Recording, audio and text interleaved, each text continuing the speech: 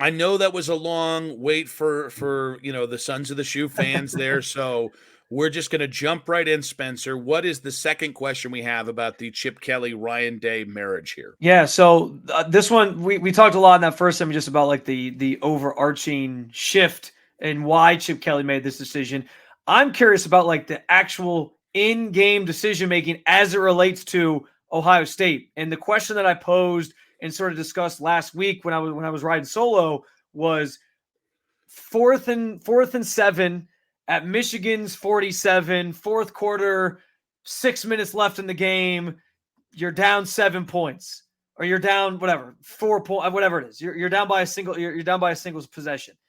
Who is actually designing the play or getting the final stamp on the play that Ohio State's running, or are you just punting like Ohio, like Ryan Day tends to do? That I think that is a fascinating question because we have said it numerous times that one of Ryan Day's biggest bugaboos has always just been in those moments he says he's going to be aggressive and then he puckers up and he gets afraid and he doesn't go for it, or he plays the conservative game. And as much as I believe Ryan Day, especially when he brings in a guy like Chip Kelly, who he trusts, who he's worked with before, and I think we both have agreed, we like this kind of this pairing, and we think it's actually maybe even better than the Bill O'Brien hire because of that familiarity they have with each other. But I am genuinely curious, like, is he giving Chip Kelly the full autonomy on in those moments to be the one saying this is the play we're doing and we're going to execute it, or is he the one coming out there saying like, no, we're calling this play? I think it's a fascinating question. In fairness, the head coach always has autonomy, and I think back to the Super Bowl in overtime where Steve Wilks, the then 49ers defensive coordinator, called zero coverage on a play that was going to get the 49ers beat on that very play, and Kyle Shanahan called a timeout and said, call a different play.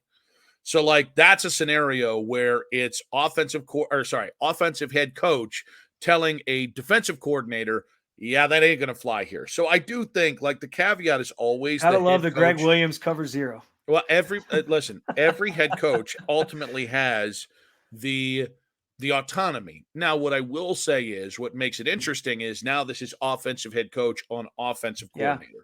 But I think the number one point is, should Ryan Day always be able to say, no, I don't like that play, call another one? Yes.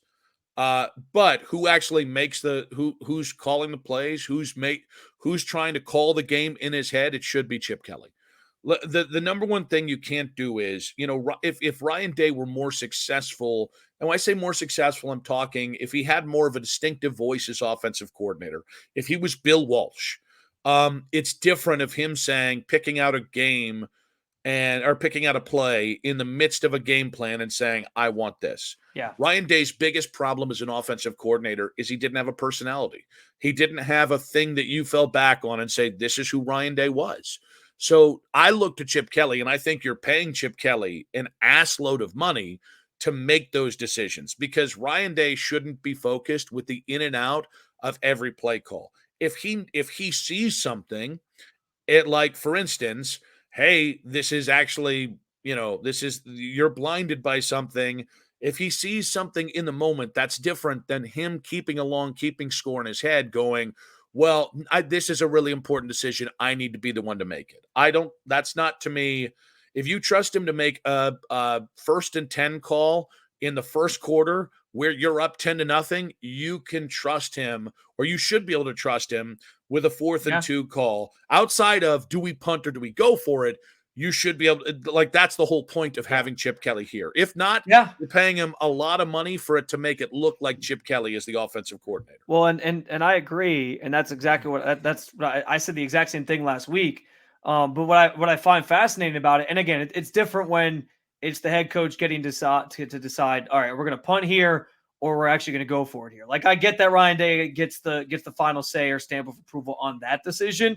But the play itself is what fascinates me because, to your point, and I said, like I said it last week, you bring in Chip Kelly for those moments. You bring in Chip Kelly to draw up the right play for those moments so that you don't have to think about it. But I can just, I don't know. I get the sense Ryan Day talked about it, like he doesn't want to give up play calling fully. Like there's going to be moments in games where he thinks he has the right play picked out, and maybe it'll work, maybe it will. But all I know is, like, to this point, in some of those key spots, there's moments they couldn't score from the goal line the entire Notre Dame game until the last play, when Notre Dame only had 10 guys in the field and they were able to finally score on a run play. Like there's just moments. There was the Michigan decision when he put, like, throughout his career as the Ohio State head coach, there's been moments where you're just like, what was that play call in that spot, in that moment? And I hope he doesn't get the urge to take that back from Chip Kelly in those spots, because again, you brought in Chip Kelly to do that. And I think what the other element of it is, like, if we find out later that a play call that doesn't work, that costs you a game against Michigan or whoever, if it doesn't work and you find out later, like, yeah, Ryan actually drew up that play, like that's the type of thing that gets him fired at the end of the day. Like, well, but that's the importance of empowering Chip Kelly, is that if he doesn't make the right calls, you can fire him. But if you're constantly interfering and, buzzsawing in and out, in the end, you're both cuckolding him and firing him, which doesn't make any damn sense. And I think what's interesting is, Chip should, like, I want Ryan Day to be involved in it, because he can design stuff, he can whiteboard stuff, and Chip did say that. Chip in but, the like, clip I played last week, he talked about how it's a collaborative thing, and but they're like working together. it should still be Chip Kelly's offense. So when I say Chip Kelly's offense, what I mean is he should still know what's in the playbook. Like, I don't need Ryan Day to know the detail of every in and out possible call on situational plays. Like, again, that's defeating the point of him being the CEO. Does Ryan Day know every single defensive call that's out there? Like, no. So then the point is, I think it will be ultimately the litmus test. And really one of the things that makes or breaks this pairing this year is whether Ryan Day can truly say, because here's the thing, Bill O'Brien, all right, they never worked together before. Bill O'Brien's a Machiavellian guy. I could see some dick swinging going on where all of a sudden, you know what I mean? Yeah. Like, that's just natural. I don't think Bill O'Brien's a guy you're going to enjoy being around. But with Chip, because they've known each other for so long, let me put it this way. It shouldn't be Joe Walsh and Don Felder making the sweet, sweet music of Hotel California guitar solos, one trading off one lick for another's lick. You know what I mean? Like, it should be Chip Kelly playing lead guitar and Ryan Day's there observing, like he does every other thing. But in the end, if he's knee deep in play calling, or if he's hovering over play calling, he is going to hamstring Chip Kelly, and it's going to hamstring himself. I want him making situational calls. I want him making the big decisions. Go for it. Don't go for it. I want him coaching his team. Yes. He just might not even go for it, which is the problem in the first place. But yeah. So with that being said, the other big thing that came down this week from Chip Kelly was the new early signing period start date, which is now going to be the Wednesday. It's going to start the Wednesday. It's a 3-day period. It's going to start the Wednesday after Thanksgiving. And right ahead, the thing that bugs me about this, and listen, the whole point is, ever since 2021, when they really opened up the transfer portal, December has been coaches trying to juggle the early signing period and keeping guys in tow, keeping people in and out of the portal, basically. So I'm empathetic that that's a lot to do at one time. The thing that frustrates me is this is only going to further perpetuate what I find to be a massive issue, which is what we saw with Alabama, where Alabama knew their new offensive coordinator, Ryan Grubb, was going to go to Seattle in the NFL, but they purposefully left out that detail until the Alabama transfer portal window closed after Nick Saban's retirement and the hire of Kalen DeBoer. So my frustration here is, are we going to see colleges wait to fire coaches until after the early signing day? Are we going to start waiting to see coaches to leave until after, right? Like, or letting assistants go that factored into players' decision to transfer to that school. It just feels like this situation is becoming more manipulatable for coaches And that, ergo, means it's not good for college kids. So, yeah, I can see the appeal. I can understand why they wanted to do that. But at the same point, I think the end result is more control over high school kids who, like, then if, oh, hey, by the way, I forgot to tell you while we were signing you, we just fired the offensive coordinator. The reason you came here, then you have to start worrying about things like, well, okay, can that player uncommit? Well, no, they signed their letter of intent or the letter of intent. So, like, that's really the first thing I saw was, man, this is just going to give coaches a little bit more power, but it's over kids who don't Yeah. have a lot of recourses if you do the shady shit. I'll be honest with you. Kalen DeBoer is dead to me. I'm not ever going to give that guy credit. What he did with Ryan Grubb was one of the cheapest, whorish things I've ever seen somebody do. And, he can talk about honor and he can talk about all these things. He used that to screw kids out and impact kids' decision to stay out of the portal. And I will not forgive that man for that. So if that dude did that there, what's to say they're not going to use this new early signing period to further manipulate and bring or high school kids in and then just say, oh, man, now I got to go off to Texas Tech. Well, or now I got to go, or now we got to make a change here and here and here and let these coaches go that you came to play for. Well, moving it up too, I mean, you're still in the regular season at that point. So there's not even clarity for these kids on if the coaching staff that's recruiting them is even going to be there when they come to the school. Like that seems wrong to me too. Maybe even more so than ever. I mean, everything you said is valid as well. But maybe the thing that seems the most wrong is that at that point in the season, you're still like 2 to 3 weeks out from the season kind of ending with these conferences growing and maybe more games in the schedule, all these different things. Like, who knows what that all looks like? But with more time to sort of in the season to go, it like some of these coaches could be like go into the last couple weeks of the season coaching for their job. And then what's this kid to do? I mean, I guess no one's really the wiser if they just decommit, I guess.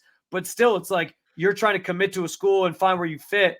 And then all of a sudden, like 2 weeks later, oh, by the way, we're firing that head coach or we're firing the head coach and he's leaving with his quarterback coach that recruited you to come here that you built a relationship with. Now they're gone. And then that kid's kind of left holding the bag wondering, okay, well, now where do I go? So I don't know why we didn't move the transfer portal window up, which is like the early signing period dates back to 2017. So it kind of has squatters' rights on what should go first. I think it makes more sense to let the transfer portal open up early. So, for instance, if you didn't make the college football playoff or your team isn't playing in the Big Ten title game, the transfer portal ends the second the regular season opens. I'm talking about like the next day. yeah. And then that's a 2-week period or 3-week period. And once that's done, then you go to these high school kids trying to recruit. The high school. Like, I don't understand. Like, college kids are more ready to make that decision based off of a myriad of factors, including coaching changes right off the rip. Whereas with high school kids, like, I want those kids to have every opportunity to let the dust settle. Maybe that's just me. Well, and to your point on the transfer portal, like that gives those veteran guys a chance to kind of see, okay, who are they recruiting? Are they recruiting a top end quarterback that's maybe going to like we saw with Kyle McCord this year? Like, are they recruiting a top end quarterback who's maybe going to take my job? Am I going to have to compete? So it does kind of make sense the way you lay it out. I also guess I'm just curious, like, if the complaint was that there was too many things for these coaches and these programs to focus on in December, is that made any easier by it being a couple weeks earlier in November?